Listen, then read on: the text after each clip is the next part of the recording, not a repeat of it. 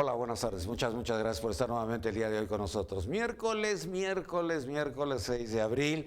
Y bueno, pues hoy vamos a platicar, ya están nuestros invitados para hacer los comentarios conducentes a Panama Papers. Pero, oiga, ¿de qué hablamos? ¿De los cambios en la Embajada de los Estados Unidos? ¿Del nuevo comunicador para cambiar la imagen de México en el extranjero? Que eso se me hace maravilloso. No sé cómo le vayan a hacer, pues van a decir que ya no hay muertos, que ya no hay asesinatos y que los noticiarios y que la salida de Basáñez no es porque le tengamos miedo a Trump, que Trump nos hace lo que el viento a Juárez. ¿Pero qué nos importa a Trump? ¿Y si sale Hillary Clinton, van a regresar a Basáñez? Ahorita le platico porque no le entiendo. Bueno, esa es otra. La del doble no circula. Bueno, doble no circula. Ayer que estaban en 150 y tantos, que si sí, que si no, que si sí, que si no, siempre sí. A ver, antes teníamos 200 puntos para la contingencia ambiental. Y ahora en 156 nos metimos a la doble. Y bueno, pues yo sentí tranquilo el tránsito. Hay unas partes de la ciudad que dicen que están pues con graves problemas de tránsito, pero lo que a mí me correspondió, muy tranquilo. Pero mi pregunta es esta: ¿qué es lo que viene a continuación? Porque la contingencia sigue y hasta las 5 de la tarde pues va a hacer otro anuncio. ¿Qué es lo que estamos haciendo mal o qué es lo que está sucediendo? Yo me acuerdo que cuando Manuel Camacho Solís salió con esto, inició con esto, pues fue allá en los 90s, y usted recordará que el Hoy No Circula iba a ser por 15 semanas. Esas 15 semanas a usted le correspondía dejar su automóvil un día de la semana a lo largo de esas 15 semanas y ya se acababa para que no hubiera problemas de contingencia ni mucho menos. Pero recuerde que Manuel Camacho Solís quería ser presidente de la República y él generaba y creaba problemas y después los resolvía ante los ojos de su amigo Salinas. Y cuando se le ocurrió que podía quedarse permanentemente el Hoy No Circula, él no sabía los efectos que iba a tener con una clase media, media-baja, que iba a comprar un coche usado, pero no un seminuevo, sino una carcacha para un solo día de la semana. Los ricos no tenían problemas porque los ricos siempre han tenido muchos coches. Eso les valía un pito lo del Hoy No Circula. Bueno, después, ¿por qué no empezamos con 1, 2, 3, 4, 5, 6, 7, 8 y 9, 0? Que hubiera sido lo normal. El lunes debería de descansar el 1, 2, después el 3. No, se le hizo de tómbola. Vamos a hacerlo de rifa. Haga de cuenta López Obrador en esa época. ¿Pero por qué lo tenían que hacer así? Si la numérica era muy sencilla, del 1 al 0. Bueno, pero ya nos quedamos con el Hoy No Circula, 200 puntos y que pues no iba a suceder nada, nos carcachizamos, es un verdadero desastre esto. Y siempre se ha hablado de que son 16 delegaciones políticas con 18 municipios conurbados al Distrito Federal, pues no es la megalópolis, es la zona metropolitana. La megalópolis son los 5 entidades federativas y el Distrito Federal. Pero a Puebla no le afectó, a Pachuca no le afectó, a Cuernavaca no le afectó, parece que no ha llegado hasta allá. O sea, esto está en el Valle de México. ¿Qué tenemos que hacer o qué podemos hacer? Bueno, pues vamos al doble cero, fuera. Ya, ahora sigue, es número de placa, se acabó. ¿Es la forma de resolverlo? De aquí a junio, pues yo creo que van a tener que tomar una decisión, pero ahora sí una decisión verdadera y auténtica. Yo me acuerdo cuando Marcelo Ebrard salió con lo del segundo piso, es porque quería hacer la continuidad del segundo piso de Peña Nieto, que lo había hecho en el gobierno del Estado de México, pero le seguían apostando al automóvil. ¿Usted ha visto un plan rector en el Estado de México para el tránsito? ¿Usted ha visto un plan rector, Distrito Federal, Estado de México, para el tránsito metropolitano?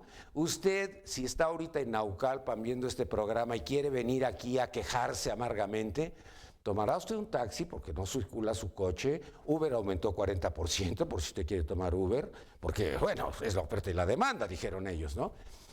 Pero si usted llega aquí a este programa, va a tener que pagar 200 pesos del taxi, pero 200 pesos por el regreso, porque tiene que irse vacío. Eso no lo hemos podido resolver. ¿Por qué el transporte metropolitano no existe? ¿Por qué el transporte capitalino está así medio carcacha y el del Estado de México está desvencijado? ¿Por qué no hay? Bueno, a ver, tome usted un taxi en el Estado de México. Sube usted al taxi y dice, ¿cuánto me cobra por llevarme a tal lado? Pues, ¿en qué pueblito estás, güey? Pues pone el taxímetro. No hay taxímetros. ¿Por qué? Porque los directores de la policía o los de tránsito del Estado de México han preferido robar. Y entonces dicen, ¿para qué ponemos taxímetros? Así estamos contentos ellos y nosotros. Y entonces no necesitamos taxis piratas, todos son piratas. Bueno, entonces ahí estamos con el doble hoy no circula y no sé si las personas que nos hacen el favor de acompañarnos hoy, pues también le van a entrar a eso, porque vamos a lo de, estaban invitados a lo de Panama Papers. Panama Papers es un desastre. A ver, se ha estado diciendo que este muchacho Higa, se llama, no sé qué, Armando, ¿qué es? No sé cómo se llama. Armando Hinojosa Cantú, se llevó $100 millones a un offshore. A ver, $100 millones. Ayer yo le platicaba a usted, si usted llega a cambiar ahorita $10,000, ahí al aeropuerto llega Basbás y le pone esposas y lo mete a la cárcel porque es usted primo pues de cualquier delincuente. O es de los 43, que ahora los 43 ya, todos los familiares ya son de la delincuencia organizada, porque es la salida del gobierno. Bueno, pero ¿qué pasa cuando usted cambia $10,000, $8,000 o $5,000? Pues ya es usted un delincuente, ¿eh? Pero este güey se llevó $100 millones. Y dicen, pero $100 millones no es mucho. Caramba, son 14 casas blancas. ¿No es mucho? El gobierno de la presidencia de la República no ha podido salir de una sola Casa Blanca y siempre se le pone y se dice que es el sexenio de la Casa Blanca o de Ayotzinapa 43. Entonces, ¿qué van a hacer con lo de Higa? No, pues que no es delito. Ayer la jornada decía que no era delito, ¿no? Pues que es la declaración del SAT. Pues a lo mejor no es delito llevárselo offshore, pero pues no pagó impuestos. Y a ver, yo quiero preguntar algo que me llama mucho la atención. Dicen que esos $100 millones han ganado el 5%, que es lo que le paga este negocio de Fonseca. Si le van a pagar el 5%, ¿van a cobrarle sobre esas utilidades del 5% sus impuestos? Yo preguntaría, ¿de dónde o cómo ganaste $100 millones? Porque no están en tu declaración anterior. ¿O es lo de las casas, porque regaló Maninalco y regaló la Casa Blanca, o por qué? Bueno, pero él se lo puso a su suegra y a su madre, que tienen 85 y 83 años. Macri en Argentina a su papá. Pero dicen, su papá es millonario, hombre, pues total aquí. Y ahí le fue y le agarró el cachetito. Ay, mi hijito, mi vida. Ya ve que los argentinos son así querendones como nosotros los mexicanos con nuestros hijos. Bueno. Pero Cameron, su papá también, los británicos que son flemáticos. Llegó y dijo que era él. Bueno, entonces esto ha sido un verdadero desastre. Yo no sé si 11 millones de documentos, y yo no sé si todo esto de que se lo robaron de un despacho y que la hermana del rey Juan Carlos desde hace 40 años está en offshore. Bueno, todo sale y pues el único que se la cobraron fue al de Islandia, le dijeron, renuncia, güey. Y ya, adiós, ya renunció. Es el único que ha caído. Bueno, tenemos nuevo embajador. Estábamos así con que, ay, que los panameños, ¿qué van a hacer? Y entonces sale el baby alemán y dice, y da a conocer que pues, están muy preocupados los panameños. Él es el vocero de Panamá, que están muy preocupados, que van a hacer cambios, pero sí siempre ha sido un sitio especial para guardar dinero. Usted recuerde que llegaba usted y veía usted Betesh, te regala los trajes o no pagas impuestos, Betesh las cámaras, Betesh. Y como Betesh era mexicano, venía aquí y visitaba a muchos y le decía, ¿quieres llevarte tu lana a Panamá? Y no tienes que pagar impuestos. Entonces allá no se pagan impuestos porque no tienen industria ni mucho menos. Entonces ellos viven de lo que se va quedando por ahí. Pero ahora con esto de los papeles de Panamá, hay otro asunto, el de Nicaragua. Por ahí van a hacer el paso para el otro océano. Usted recordará que en alguna ocasión se dijo que el istmo de Tehuantepec iba a ser donde iba a cruzarse de lado a lado y los gringos dijeron, nones, Panamá es nuestro, Balboa, no es Panamá, se llama Balboa. Balboa es nuestro y tú no lo haces. Bueno, pues no se hizo. Pero ahorita el dinero que se estaba manejando, están diciendo que podía haber sido por Nicaragua. Entonces todo esto ha venido a revolucionar muchas cosas, hay mucha información, y después nosotros con eso de Trump, y ahora ustedes pagan el muro, les paro sus remesas, bueno, todo el mundo está aterrorizado. Un periódico hoy dice, cambian a Bazáñez por tibio. ¿Pero por qué por tibio? ¿Qué tenía que irle a decir a Trump? Éntrale, güey. Pues para eso contraten a Jorge, el de Imevisión, ¿cómo se llama? A Jorge Ramos. Jorge Ramos se le metió y le dijo, a mí, yo vengo acá y no necesito invitación, y que lo sacan. Sí es bragado. Pero yo no sé si el nuevo Sada es bragado o no. A ver, ¿quién es este señor Sada? Es un ingeniero que ha sido cónsul en no sé cuántos lugares. Ya ha visitado en todos los lugares. José Antonio Meade, canciller en la República Mexicana, le lleva al presidente Peña 3 nombres para que elija a uno o para que decida cuál de los 3 o para que sea la opinión del presidente la que prevalezca. Entonces el presidente le dice, no, quiero una cuarta, se llamaba Bazáñez. Pero Bazáñez es académico, Bazáñez. Nadie quería Bazáñez y de repente todos votaron y fue Bazáñez. Y Bazáñez era el gran éxito. No sé si sabía hablar inglés, yo creo que sí, ¿no? Yo me quiero imaginar que sí sabía hablar inglés para mandarlo de embajador. Pero a ver, vámonos atrás. ¿Qué pasa con Medina Mora? Pues Medina Mora no está puesto ni por Fox ni por Calderón, ni por Peña. Está puesto por Televisa. Él siempre ha sido un empleado de Televisa. Sus grandes relaciones están ahí. Ahí nació. Ahí lo conocí yo cuando trabajábamos en Televisa. Bueno. Pero dicen que no, pues ahora tuvo la bendición de 2 expresidentes de la República con los que trabajó y también de Peña. A ver, estaba allá en la Gran Bretaña y se lo llevan de embajador a los Estados Unidos. Y diría que ser embajador en los Estados Unidos es el segundo cargo más importante después de la Cancillería. Es el más importante. Pero el embajador de los Estados Unidos no se maneja solo. Tiene que estar informando a su gobierno, a su canciller o a su presidente de la República qué tiene que hacer ante momentos delicados. Porque dicen, no, pues es que ahora que llegue Sada, él sí es así como va a cambiar la imagen y va a tener fuerza, va a tener carácter. Pero ¿carácter contra quién? ¿Contra Trump? Sí, Trump. A ver, la elección de los Estados Unidos es de ellos, no es nuestra. Pero estamos sufriendo ya desde que, Luis Videgaray dijo, ni un peso al muro. ¿Pero por qué tenía que decir eso el secretario de Hacienda?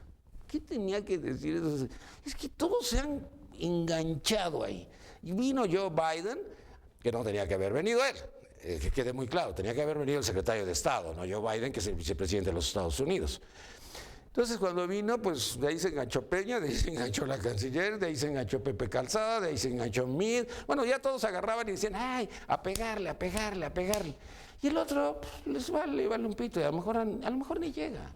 A lo mejor ni llega, pero bueno, si no llega, pues yo creo que tienen que reponerle a Bazáñez, ¿no? Que regrese Bazáñez, no sé si sea bueno o malo. Pero fíjense usted, estábamos aquí haciendo cuentas de la aritmética, no de la matemática. Tuvimos 9 meses, esa embajada se fue. No hubo embajador, porque se vino porque quería ser ministro de la Suprema Corte. Y puchis, tuvieron que meterlo, pero con calzador, porque nadie lo aceptaba en el Senado. Bueno, ya, pasó. Y nos quedamos sin embajador. Pero ellos también nos la cobraron, tampoco teníamos embajador nosotros aquí en México, de los Estados Unidos.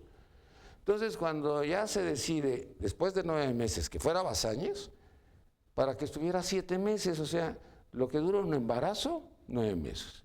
Y un 7 mesino, y para afuera lo expulsaron. Entonces, no entiendo todo esto, pero como que uno tiene que estar cabildeando por todos lados, porque ahora, por ejemplo, los de la familia de los 43, con eso del YEI y con eso ayer estuvo el presidente de la Comisión Nacional de los Derechos Humanos dando su informe y dijo que hay 4 situaciones que se están viviendo. Una es la de este niño que mataron allá en el estado de Puebla, que se lo han cobrado a Rafa Bala, la otra es Ayotzinapa, la otra es Apatzingán y, Tlatlaya. En Tlatlaya los fusilaron. Dijo, aunque no quieran, los fusilaron. ¿Qué tenían que hacerlos? Dijeron abatirlos, dice el ejército.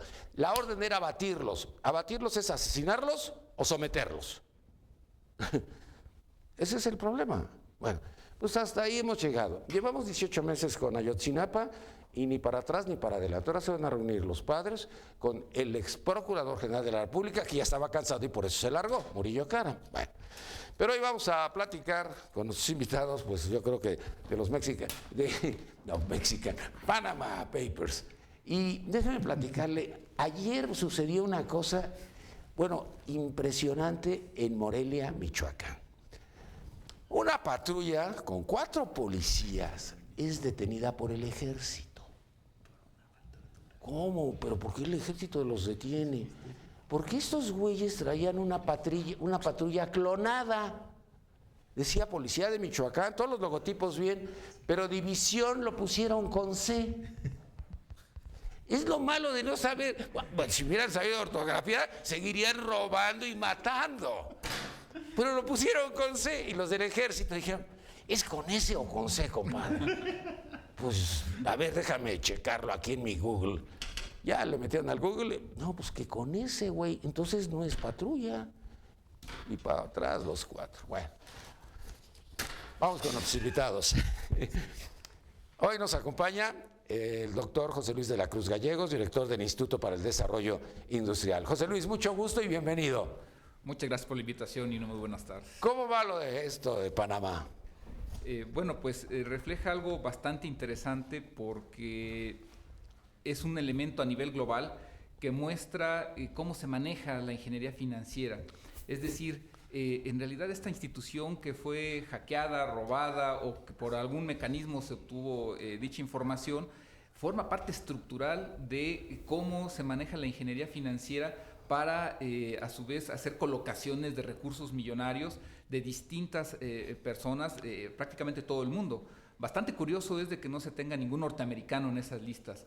No sé si será porque son más honestos o porque en estos mecanismos de manejo de dinero hay niveles y lo que prácticamente se divulgó es de personajes que en esencia están en países en desarrollo, menos desarrollados. ¡Putin! Y salvo algunos elementos de Gran Bretaña que muy bien mencionaste, o en la parte de España.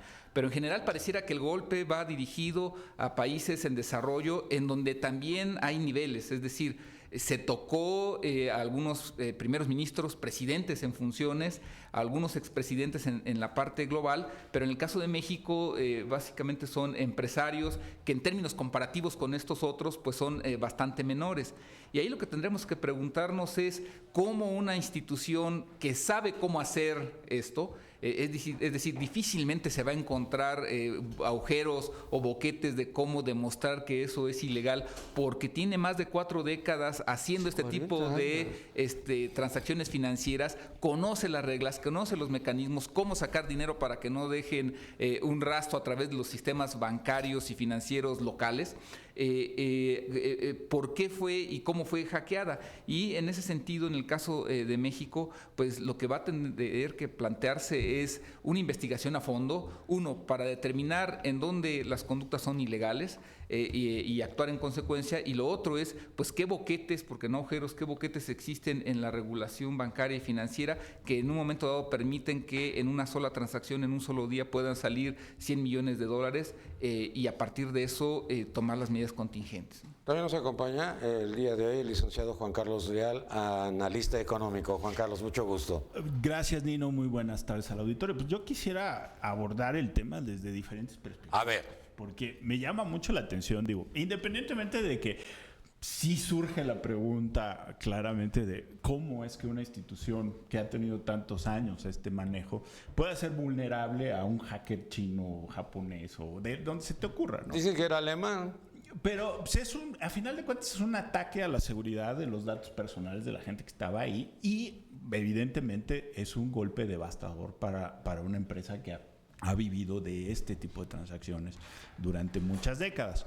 Pero independientemente de y el país ha vivido sin pagar impuestos, porque ahí llegas y compras lo que quieres y no pagas impuestos. La idea del paraíso fiscal, como se maneja el día de hoy, pues tiene también niveles, ¿no? También tiene niveles porque hay países que son francamente abiertos a que esto ocurra, o hay países que se han visto forzados a cambiar su regulación para poder seguir haciendo este tipo de transacciones, pero lo vemos constantemente en todos lados. O sea, de Liechtenstein a Gibraltar, a los países del Caribe, hay muchísimos. Pues los gobernantes latinos metían su dinero en Suiza con las cuentas numeradas. Ahora en Nigeria. Raúl Salinas de Gortari tenía su dinero ahí. Así es, en Nigeria y en otros países africanos se está haciendo lo mismo.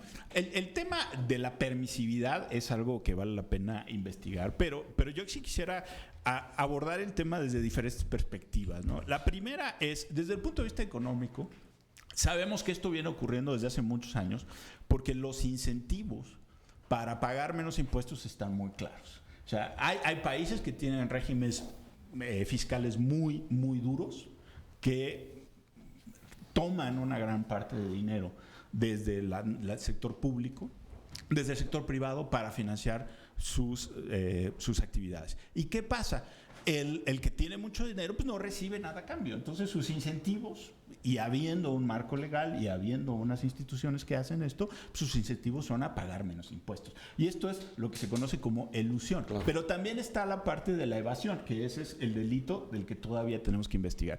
Segundo, desde el punto de vista periodístico, yo me hago muchas preguntas al respecto. No estamos definitivamente frente a otro caso Garganta Profunda ni nada por el estilo. Es simplemente uno más de los casos. O sea, WikiLeaks, Snowden, SwissLeaks, etcétera. ¿Y qué ha pasado con todo esto? Realmente nada. O sea, seguimos teniendo bancos que están metidos en ese esquema de seguir facilitando el manejo de dinero a través de esquemas que reducen de pago. Bueno, pero en el caso de Assange, él escogió y eligió los periódicos más importantes en diferentes idiomas. Y aquí los alemanes compartieron con otros países en el momento. ¿En cuántos países se habla alemán? En 4 países. O sea, podían haber ido a España, que podían haber ido a China, caray. De entrada, que no fuera en inglés, eso es importante. Y el último punto que yo quisiera tratar... Obama dice que hay que pagar impuestos. Sí, y el último punto que yo quisiera tratar es el tema legal. O sea, aquí hay un problema de Estado de Derecho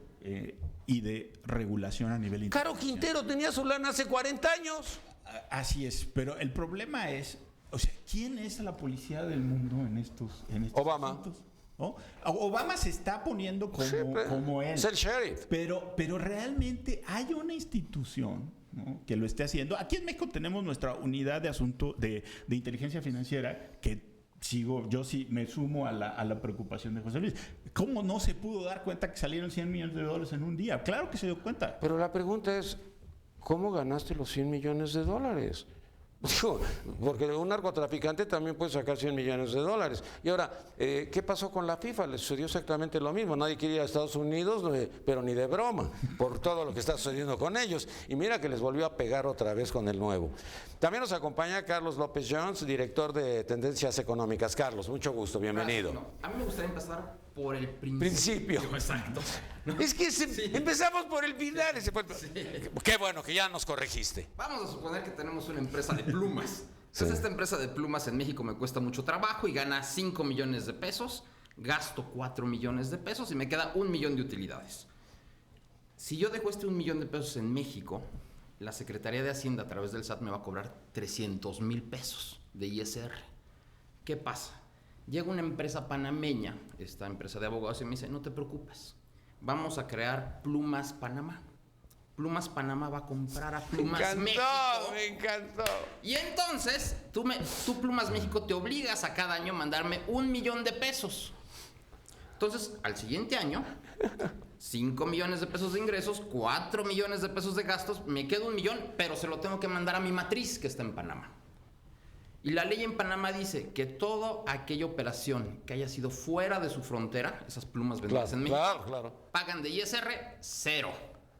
Entonces, yo que soy el dueño de Plumas México y mi suegro, mi abuelita y mi tío y demás, todos estos papás tan productivos son dueños de Plumas Panamá, ¿no?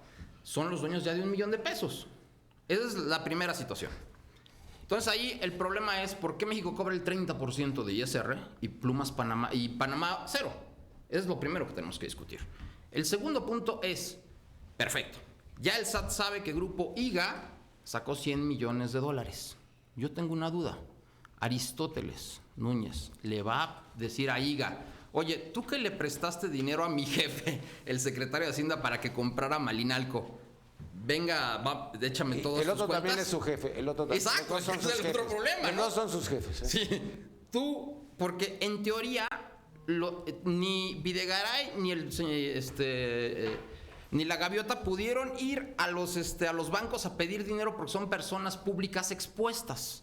¿Por qué no permitimos que los políticos vayan a los bancos y pidan dinero? ¿Por qué no se los dan?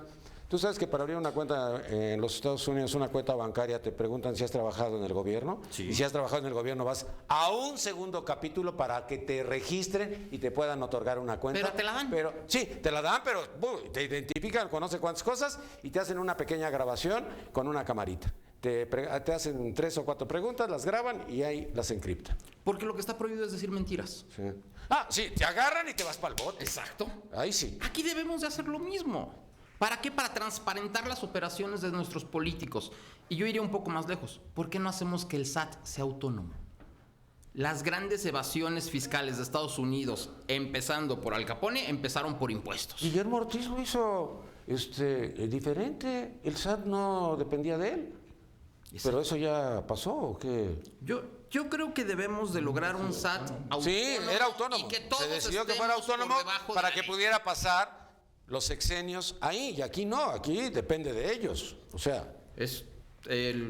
Hasta Ahora, el momento... mira, te pongo lo de oceanografía. Oceanografía, todo el mundo dice que es Amado Treviño o Amado Yáñez, ¿no? Es Francisco Gil Díaz el dueño. Y Francisco Gil Díaz, cuando era secretario de Hacienda, con Fox no cobraron 12.500 millones de dólares que tenía que haber pagado Citigroup por la compra de Banamex. Ni un quinto de esos impuestos. Ahorita, por ejemplo... Entonces... A nivel global hay el mismo tema con la Bolsa de Nueva York, con Pfizer, que acaba de hacer ándale. una compra y que en estos días ya se opuso el gobierno norteamericano, pero va a perder el gobierno norteamericano el mismo asunto. Cuando la operación está entre dos empresas de bolsa, no se puede hacer. Ahora, de este asunto, ayer decía Aristóteles en una conversación telefónica, en una entrevista, él decía, necesitamos por lo menos 2 meses. 2 años. 2 años. Bueno, primero dijo que 2 meses, 2 ¿no? años. Dentro de 2 años. Ya lo Y a renunciaron. lo mejor ya estamos con el próximo candidato a la presidencia. Sí, en 2 años. 2 años. Yo cuando oí 2 años dije, puchi, yo voy a hablar a Panamá para comprar y vender plumas. Es que son 11 millones y medio de registros los que hay que revisar. Eso es lo que... 2 años. Bueno, también nos acompaña el día de hoy el licenciado Jorge Sánchez Tello, economista de la Fundación de Estudios Financieros del ITAM. Jorge, mucho gusto, bienvenido. Muchas gracias por la invitación. Y bueno, continuando con este tema que seguramente va a generar más polémica de la que ya hay, simplemente hay que recordar, y no hay que ir más allá, estos instrumentos son legales, o sea, los utiliza la gente, las empresas, porque son legales. Incluso la propia ONU reconoce que son vehículos para canalizar la inversión. Vamos a suponer que en el 2018 llegará López Obrador. Estoy seguro que muchas empresas... Venden el avión. Sí, si llega López Obrador, vende el avión. Y no nada más eso, hay riesgos a lo mejor de expropiación. Entonces, por ese tipo de incentivos, las empresas, los bancos, las empresas lo utilizan. Aquí lo interesante es preguntarnos por qué surge esta información en estos momentos. Como comentaba José Luis, no se toca a nadie de Estados Unidos. Entonces, hay que preguntar si Estados Unidos lo está sacando justamente por algo, y se habla mucho del tema geopolítico, en este caso con Rusia, ¿no? Sí, Putin dijo que estaba dirigido a él y a la gente que está alrededor de él. Pero a ver, yo quisiera hacer una pregunta en relación a lo que tú estabas comentando por mi ignorancia. Es una ignorancia supina.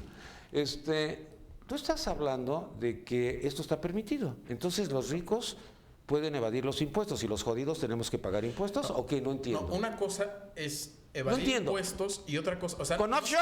¿Cómo que no voy a evadir? ¿No pago impuestos en el ejemplo de las plumas? No está prohibido mandar nuestro dinero, abrir una cuenta en las Bahamas, en Estados Unidos, en Suiza, siempre y cuando lo declaremos ante Hacienda. El problema Ellos no de mucha declararon. de esta gente es que no lo declaran. Ninguno de ellos declaró. Ninguno Entonces, lo declaró. como dicen que con $1,000 el señor Fonseca me abre una cuenta, señor Fonseca, yo llevo mis $1,000 mañana a Panamá y abro una cuenta porque ya me gustó el negocio de las plumas. También nos acompaña el día de hoy el licenciado Carlos Alberto Pérez Cuevas, consejero nacional del Partido Acción Nacional.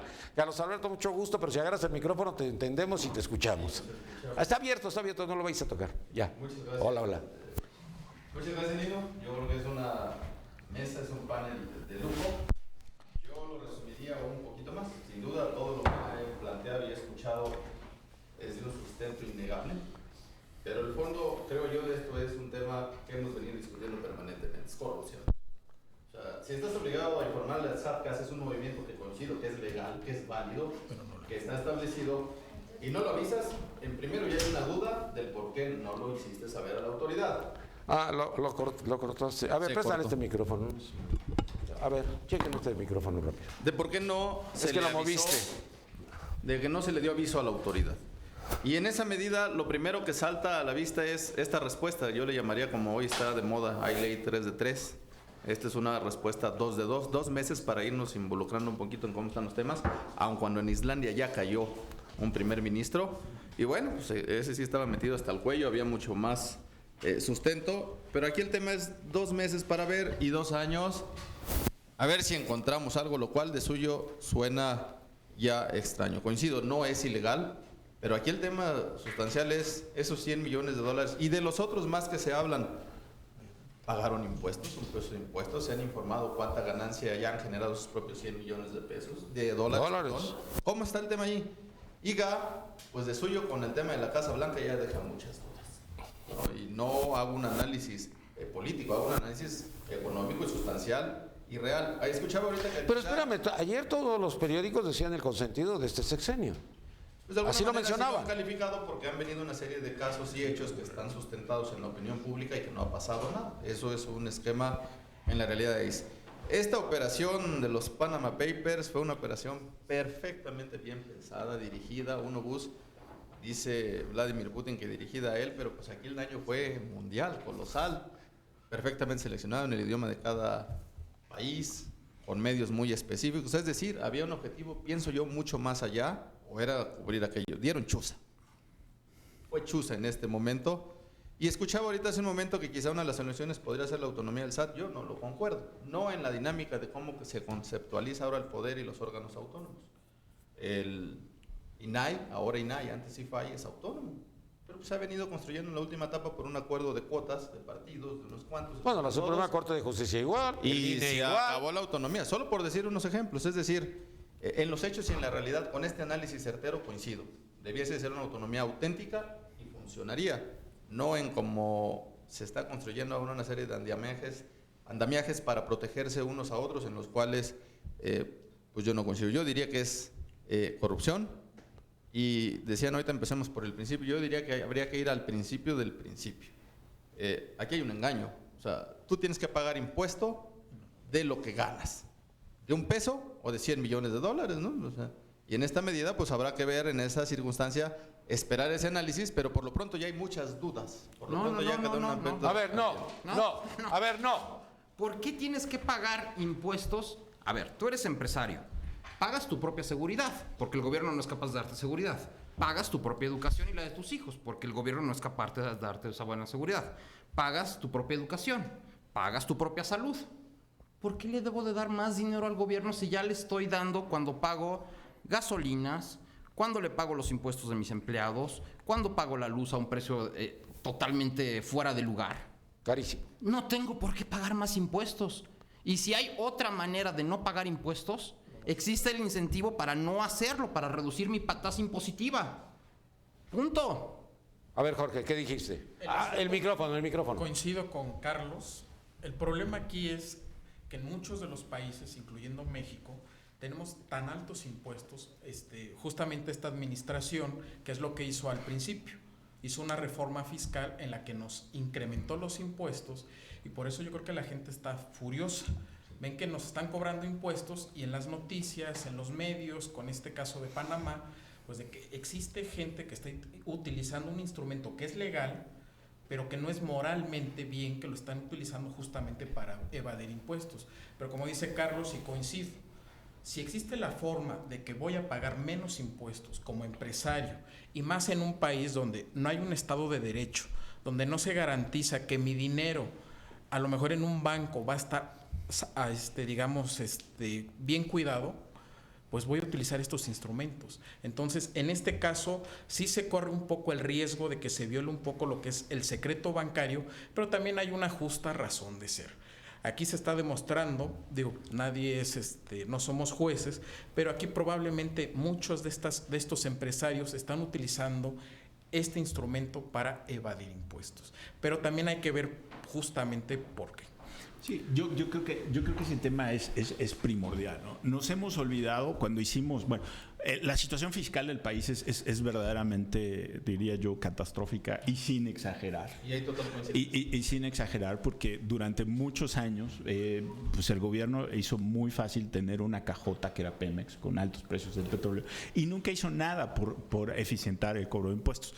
Hacen una reforma realmente compleja en cuanto a la cantidad de dinero que extrae desde las rentas privadas y que eleva los costos de cumplimiento de pagar impuestos en México. No es solamente la tasa, sino también todo el engorro fiscal que viene detrás de pagar impuestos en México.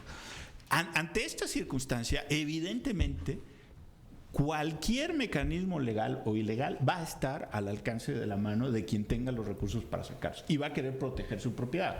Eso es innegable. El problema es, desde el punto de vista de competitividad fiscal, pues nosotros estamos en la lona, ¿no? Porque Panamá tiene tasas muy bajas o tiene tasas cero. Cero. Pero lo mismo hay muchos países que hacen esto. Los bancos ofrecen estos servicios que en muchos casos se conoce en el argot financiero, se conoce como hacer transacciones kosher, no para esconder el dinero, simplemente para reducir las cargas fiscales que pagas sobre el asunto. En otros casos estamos hablando de operaciones que hablan claramente de compras de propiedades en ciertos lugares que son requisito tener una empresa ahí. Eso, que es justamente el mecanismo que se usa para meter dinero a los paraísos fiscales, pues bueno, es un asunto que es legal, es un asunto que no está en discusión. El problema fundamental es cómo abordamos este problema que es mundial, ¿no? Que es, hoy estamos viendo cómo a Google o a Apple o a todas estas grandes empresas, los países europeos o el propio Estados Unidos los está demandando para que paguen impuestos en sus países donde los generaron. Ahí está el primer problema, es si es potestad de los gobiernos tasar todos los ingresos que se generen en su propio país, o si son transacciones que se hacen no solamente offshore, sino en las filiales de los países. Ayer Obama hizo una mención y al aire diciendo, hay que pagar impuestos en los Estados Unidos. Lo que pasa es que la mayoría... Lo que pasa. En el mundo, la empresa más grande en este momento se llama Apple. Y Apple es la empresa número 150,000 en la empresa que paga impuestos en Estados Unidos. ¿Por qué? Pues porque su matriz está en las Islas Vírgenes y vuelve a hacer plumitas Panamá. Exactamente. Warren Buffett hace 2-3 años dijo: yo, siendo el segundo hombre más rico de Estados Unidos, pago menos impuestos que mi secretaria. Eso sí es cierto, eso dijo. Y Eso quedó claro. Obama invitó a su secretaria a su informe de gobierno. ¿Por qué? Bueno, pues porque los ricos tienen la facilidad de ir con abogados, con contadores y hacer un andamiaje. Y esto es parte de ese andamiaje, punto. Esto es un andamiaje a nivel global donde, oye, manda el dinero para acá, manda el dinero para allá. ¿Cómo funciona en Estados Unidos? Si yo en este momento si yo soy extranjero y quiero comprar un departamento en Cancún o lo quiero comprar en Miami, no puedo hacerlo porque la Constitución de ese país me lo va a impedir. Estoy a menos de 30 kilómetros de la costa. ¿Cómo se hace? Creo una empresa. Esa empresa compra el departamento. ¿Cuál es la otra ventaja en Estados Unidos? Que si en Estados Unidos yo fallezco y mi departamento vale $200,000, a los 30 días llega una persona vestida de negro del IRS y me dice: híjole, con la pena murió tu papá, me debes $100,000 de impuestos. Y o me pagas ahorita o te vas mañana. Oye, pero te vas mañana y me dejas una cuenta donde te deposito lo demás después del remate. Para evitarse ese impuesto, lo compra la empresa. La empresa nunca ha fallecido. La empresa no paga ese impuesto. Punto. En México no, en México yo conozco no hay impuesto de la tatarabuelita, la bisabuelita, la abuelita, el papá, el hijo y el nieto que siguen viviendo en la misma casa, que ganaron por una lotería porque ninguna de las 4 generaciones siguientes pagó un centavo por esa casa.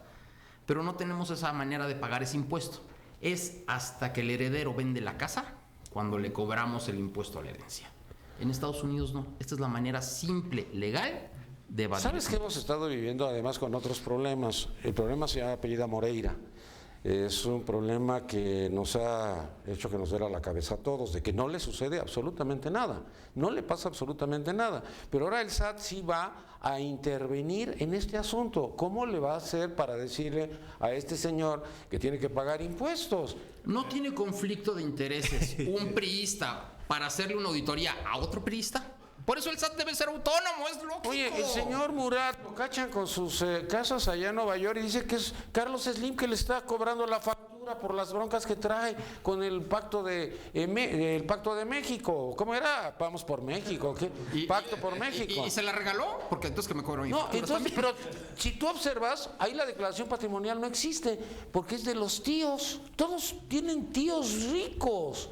Y eran una bola de muertos de hambre que asaltaron el poder. Y entonces uno se pregunta, ¿y el SAT por qué no va y le pregunta al tío, ¿tú a qué te dedicas? Capaz que el tío se la pasa en la hamaca todo el día, ¿no? Entonces, entonces usted no va al tambo, ok, pero va su tío. Y cuando el tío vaya, va a saber si algún otro familiar se presta de prestanombres. A ver, no, yo creo que Ya, pon orden. yo creo que aquí lo que tenemos que hablar es si el sistema financiero obedece a intereses que van mucho más allá de los políticos. Es decir, el presidente Obama puede intentar, vamos a regular, puede decir, vamos a hacer, pero desde la crisis del 2009, algo que quedó claro es que el sistema financiero puede impedir a nivel global que la buena voluntad del presidente de la mayor potencia económica del mundo pueda tener injerencia sobre cómo el sistema financiero se regula, se autorregula, y al final de cuentas tendremos que preguntarnos esta regulación, esta sistematización, ¿a qué obedece? En todas las crisis financieras, y podemos hablar desde los años 80, 90, la del 2009, el movimiento de capitales que se generó en todos los países del mundo, cómo salieron en 3 patadas hacia lugares más seguros, tenemos que preguntarnos cómo le hizo, bajo qué mecanismos. Y evidentemente que muchos de estos mecanismos son lo que hoy es una pequeña noticia en realidad. Es decir, es a través de las Islas Caimán, es a través de las Bahamas, es a través de Suiza, es a través de Panamá.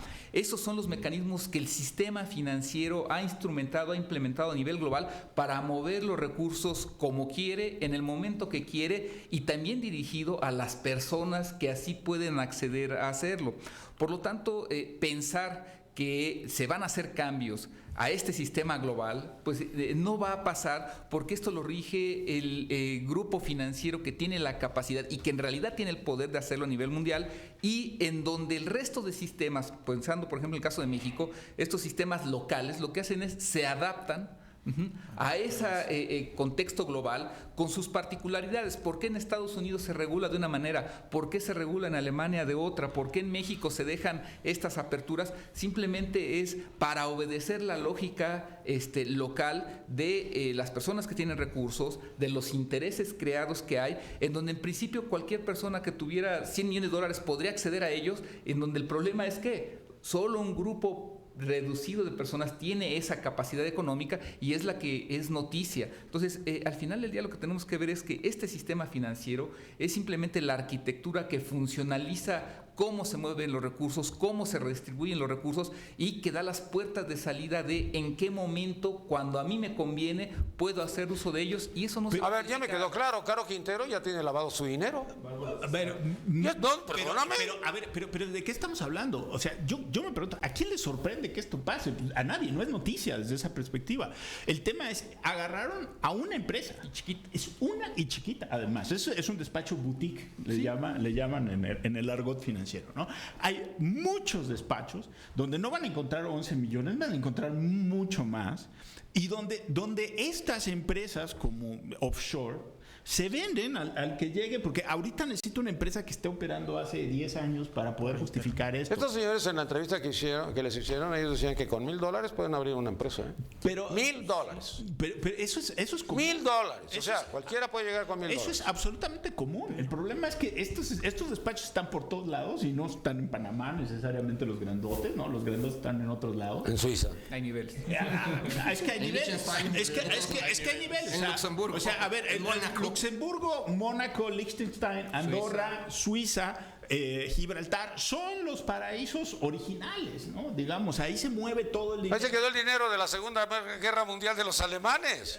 Pero no solamente hablas de esto, o sea, aquí hablas de toda una estrategia donde sí vale la pena hacer hincapié. O sea, hay una pregunta que subyace sobre esto. O sea, ¿por qué las empresas hacen esto? Porque los recursos, o sea, la forma en la que se está cobrando impuestos es verdaderamente complicada. La cantidad de las tasas que se están cobrando son muy complicadas. Para mantener estados de bienestar en algunos casos o para mantener estados absolutamente ineficientes en otros. Pero lo que estás hablando es que el negocio de cobrar impuestos ya no es tan bueno como era antes. Oye, todos los políticos pueden tener sus negocios offshore. Y no solo los políticos. Todo el mundo. Los Está empresarios, abierto, todo el mundo y se cualquier está abierto. ciudadano. Pero los políticos, oye, pues ¿dónde puedes esconder $100 millones? No, pero es que ¿Lo estás robando? A ver, Mira. no, ¿por qué? de estas 35 personas que aparecen en México, yo te diría que el 80% ya tienen buenas cuentas con la Secretaría de Hacienda. Porque la manera de lavar dinero no es a través de tú decir yo soy el dueño, ¿no? Ni es a través de personas físicas, es a través de otros mecanismos. Aquí las 6, 7 personas que pudieran tener problemas con el SAT es gente o que se confió mucho o que dijo a mí no me atrapan. ¿Qué sucede? Si yo soy un político que me robé dinero y lo pongo en la cuenta bancaria de aquí a 2 cuadras, es muy probable que el gerente conozca a un periodista y entonces le diga, mira, vente, te enseño el pantallazo de aquí ¿no? De la tía, del primo, del sobrino del exgobernador. Y entonces él diga, no sé. Es mucho más difícil que el periodista conozca al gerente del hotel en Bahamas o en Islas Caimán o demás, ¿no? Por eso se hace en ese tipo de lugares. La manera de lavar dinero no es a través de yo hacerlo. Ahora, hay otra situación. ¿Cómo lo haces? Mira, tú eres una empresa que gana $1,000 millones al año. Entonces dices, voy a mandar $100 millones porque los voy a invertir en papeles de Apple. No los inviertas en Nueva York. Agarras, armas una empresa en Panamá que tiene cuentas en Nueva York, que ganas dinero gracias a Apple, pero no le pagas impuestos a Nueva York, a Estados Unidos. Se los pagas en Panamá. La ley en Panamá, en Liechtenstein, en Mónaco, en Luxemburgo, en Andorra dice que el dinero que no ganes en su territorio está al 0%. ¿Cuál es el objetivo de ellos? El objetivo de ellos es que parte de esos $100 millones se queden 10 millones, 20 millones de dólares en sus propios bancos. O generen los intereses ahí. Claro. O Van a hacer inversiones. Van a hacer inversiones. Sí. Van a utilizar tu dinero. Exacto. Claro. Exactamente. Y búscate a las aseguradoras, a los fideicomisos, a toda la gente que tiene estructurados los negocios de largo plazo. O sea, ¿cómo puede vivir una empresa con 100 años de antigüedad? No voy a decir el nombre, 100 años de antigüedad, sin dueño. ¿Y por qué no vas a decir el nombre? No, sin dueño. ¿Y por qué no vas a decir el Sigue nombre? ¿Y subsistiendo. por qué no vas a decir el nombre? Bueno, pues ¿Es de tu familia o qué? No, digo, es que así existen, ¿no? O sea, y digo, voy a poner los nombres. O sea, General Motors, General Electric, tienen años desde que las fundó JP Morgan, que no tienen un dueño, que viven de fideicomisos que están estructurados y que sepa Dios a quién le pagan los impuestos. Eso es algo que viene de hace muchos años. Es noticia ahora que esté el presidente de un paisito de este tamaño en el norte de Europa. Pues no es noticia. El problema es todos estos escándalos que hemos visto en los últimos años, que van desde robo de fotografías impropias hasta de papeles de este estilo. Pues digo, estamos hablando de un fenómeno totalmente diferente donde la seguridad de los datos personales está en riesgo en todo momento y que se ha acusado en algún momento de que, si mal no recuerdo, Estados Unidos dijo que había sido Irán quien había hackeado Sony, ¿no? Y que les habían sacado películas completas al mercado por estos asuntos. Entonces, vale la pena preguntarse, ¿no? Si estamos reaccionando ante un nuevo fenómeno que es el acceso a los datos por parte de cualquiera. Bueno, ya no toquemos lo de Trump, ¿eh? Mejor seguimos en esto porque si gana Trump, pues ya es otra bronca. Ya estamos preparados, ya tenemos embajador para enfrentarlo y tenemos el comunicador que le va a cambiar a la imagen al país. Pero en cuanto a Trump, hay un dato que es importantísimo. O sea, Trump hasta el momento no ha presentado su declaración. Él tiene negocios en Panamá. Porque él tiene negocios en todos esos lados. O sea, el problema es que si él hace un full disclosure, como dice la ley de Estados Unidos, entonces ya ganamos. le van a encontrar que tiene repartido el dinero por todos lados y que él es el que saca te pido dólares un favor, de Estados Unidos. te pido un favor, no digas eso aquí porque el PRI, el PAN y el PRD Lo van a copiar, sí. no, van a querer que gane. Aquí coincidimos que es solo la punta del iceberg. Y como bien lo dicen, una puntita muy pequeña. Porque yo observo aquí cosas sin duda, coincido en este análisis internacional. Es iluso pensar que de manera global puede coordinarse y concentrarse y controlar este sistema financiero, sin duda. Pero yo creo que en el caso mexicano estamos dejando de lado al menos cosas que han pasado en otros países. Yo creo que es un tema de impunidad, o sea, es una red tal de corrupción, es una red tal de protección, usando mecanismos legales, válidos. Pero al final de cuentas, en torno a ellos se procede ahí a construir un andamiaje muy difícil. Y tiene que ver también con un diseño institucional. Al menos hay otros países que tienen un poco más de controles en este esquema y pueden saber a detalle e informar cómo está esa información. Y una cosa importante, hay consecuencias. Unas tan grandes como este ministro que renuncia, otros que van a revisar. Aquí no pasa nada, aquí hay que esperar el siguiente escándalo, aquí hay que esperar... Y ya nos olvidamos de este. Y se acabó el asunto. Entonces yo creo que es un tema grave, coincidente totalmente con una pinza de una visión muy certera, de una visión financiera, económica y demás, pero también hace falta la otra pinza, que tiene que haber consecuencias, porque no dudo que mucho de ese dinero sea lícito, sea válido, se haya informado, pero por lo menos hay muchas dudas que nos tendrían que responder del por qué no se avisó, qué cantidades se han generado, qué sí verdaderamente pudieron haber utilizado como un mecanismo legal para tener ese recurso y no pagar más Pero, impuestos. ¿sabes qué, Carlos? Porque coincido en una cosa. Entonces la pregunta a los políticos es, ¿cómo le damos credibilidad a las auditorías que va a hacer Aristóteles Núñez a los políticos mexicanos? ¿Cómo le damos credibilidad? Bajo el esquema fiscal que tenemos, yo creo que es de muy poca credibilidad. Yo soy uno de los que no coincido con este sistema fiscal, porque coincido totalmente. ¿Cómo vamos a pagar más impuestos cuando por todo pagamos impuestos? Cuando ni siquiera hay una tasa de retorno ni siquiera directa, pero mucho menos en beneficios directos hacia aspectos sociales concretos. No existen. Entonces hay como un esquema de yo hago como que pagas, otros hacen como que cobran, y ya encontramos un sector cautivo, Pero, a ver, sí. cautivo por una visión errónea de este gobierno. Le voy a decir, ¿cómo construye sus finanzas públicas este gobierno? No tiene nada que ver que yo milito en un partido distinto, tiene que ver con hechos muy concretos. ¿Cómo plantean su presupuesto? Más dinero vía petróleo, es decir, precios ficticios que después tienen que recortar porque no están sustentados a lo que vale el precio del barril en el mundo, y más deuda.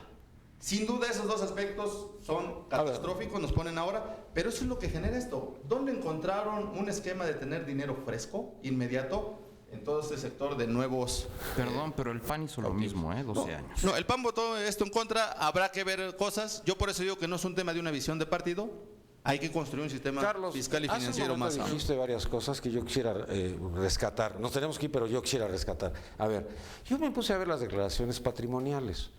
Y las declaraciones patrimoniales de los políticos son de 150,000 pesos mensuales. Un departamento, y entonces una casa pagan es impuestos. increíble, ¿no? Y entonces dices, y el güey vive en Las Lomas o vive en el Pedregal, trae autos blindados número 7, o sea, sus hijos estudian en el extranjero. Y puta, yo con 150,000 pesos no me alcanza ni para pagar la tarjeta de Banamex, carajo. Entonces, ¿en dónde están las diferencias? Creo que aquí el fondo es... Es que estamos engañando al SAT. Bueno, viene en relación a eso. Tenemos instituciones débiles. A diferencia de otros países, en México no se tiene un Estado de Derecho, el SAT es muy débil para cobrar impuestos. Entonces, mientras tengamos la visión de que tenemos instituciones muy débiles, pues evidentemente se crean los incentivos, ya sea por parte del sistema financiero, de las personas, de las empresas, para justamente tratar de darle vuelta a esta carga tributaria tan pesada que que de por sí ya teníamos y que a partir de esta administración se incrementó de una forma importante con la reforma fiscal. Entonces yo creo que detrás de todo esto, una de las grandes lecciones que que he aprendido con este tema es la debilidad a nivel general en la mayoría de los países, pero más en América Latina, de los estados. Muchas veces se habla en los discursos de que es bueno tener un estado pequeño, que se confunde con tenerlo eficiente. Es muy diferente tener un estado eficiente, pero además de que sea lo suficientemente fuerte para justamente cobrar los impuestos a quienes sí se los deben de cobrar. Bueno, pues antes de despedir, yo quisiera darle a usted una explicación. Este es un programa de televisión que va a pasar offshore. Porque si pasara en la televisión mexicana, a mí me corren y a ellos les van a hacer auditorías por todas las barbaridades que acaban de decir. Nos vamos. Licenciado Carlos Alberto Pérez Cuevas, tu conclusión. Bueno, yo concluyo diciendo que pues ya nadie espanta porque cada día hay un nuevo escándalo. A veces creció un poquito la magnitud del mismo. Y en el caso de los Panama Papers y los mexicanos que ahí suenan, yo en lo particular creo que no va a pasar nada. Así parece con algunas declaraciones, esperarán a un siguiente escándalo. Y en el esquema financiero mundial pues habrá que ver qué mecanismo se hace para, coincido, solidificar mucho más la actuación del Estado. Sin duda todos tenemos que pagar impuestos, pero tiene que tener un tema de un ejercicio muy claro, muy preciso, muy transparente y sobre todo sencillo para que todo el mundo pueda participar. Muchas gracias, doctor José Luis de la Cruz Gallegos. Tu conclusión, tu comentario final. Bueno, yo lo que diría es, al final de cuentas, este es el resultado de una arquitectura que fue permitida por la globalización financiera. Es decir, esto no es casual, esto simplemente es la consecuencia de cómo se buscó diseñar los mecanismos para que los recursos puedan fluir a cualquier lugar del mundo en el momento que quiera y diseñado para las personas, empresas que así lo puedan disponer. En el caso mexicano, yo creo que coincido, no hay que esperar gran cosa porque al final de cuentas nuestro sistema se ha funcionalizado para actuar de tal manera. O sea, los problemas de crisis de credibilidad sobre manejos de recursos públicos y privados existieron en los años 80, tenemos ejemplos en Pemex, de Serrano, por ejemplo, existieron en el quebranto bancario del 95, que fue algo mucho más grande que esto, existieron en el 2009, por ejemplo, también.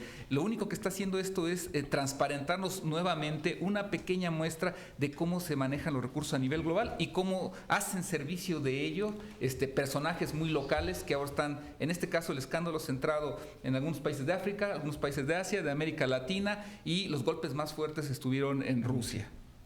Muy bien, mucho gusto, muchas gracias, licenciado Juan Carlos Leal. Tu conclusión. Bueno, yo sería, bueno, es que digo, la perspectiva pesimista sobre la mesa es verdaderamente compleja.